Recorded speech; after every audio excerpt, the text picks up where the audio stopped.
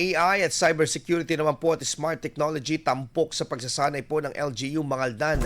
Para sa detalye ng balitang yan, kasama natin Idol Aison Moyano. 104.7 IFM Report.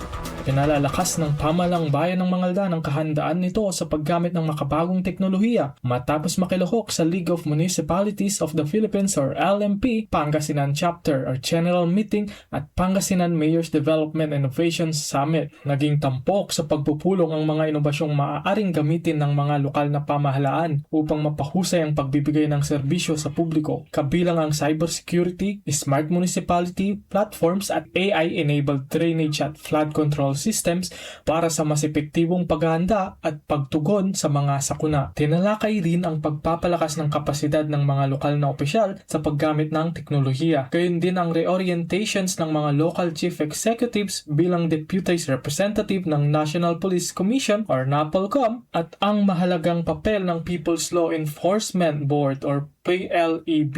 Bukod sa digital transformations, pinakilala rin sa summit ang mga makabagong solusyon sa waste to energy, sustainable solid waste management at mga programang nakatuon sa workforce upskilling, professional development at lifelong learning bilang bahagi ng patuloy ng pagpapabuti ng pamamahala sa mga lokal na pamahalaan. Kasama mo mula rito sa IFM Dagupan, ito sa Idol Aison Moyano, Tatak IFM!